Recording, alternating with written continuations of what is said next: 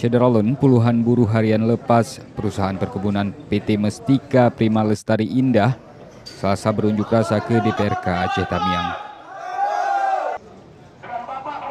Masa mengeluhkan adanya intimidasi berupa isu mutasi terhadap mereka yang terlibat dalam pengurus serikat pekerja. Sempat berorasi selama beberapa menit, pengunjuk rasa kemudian diajak berdialog dengan perwakilan Dewan dan pihak dari Dinas Ketenagakerjaan setempat. Para pihak sepakat untuk mencarikan solusi terhadap masalah ini dan memediasi pekerja dengan perusahaannya. Dari Kuala Simpang, Muhammad Nasir, Serambi-On TV.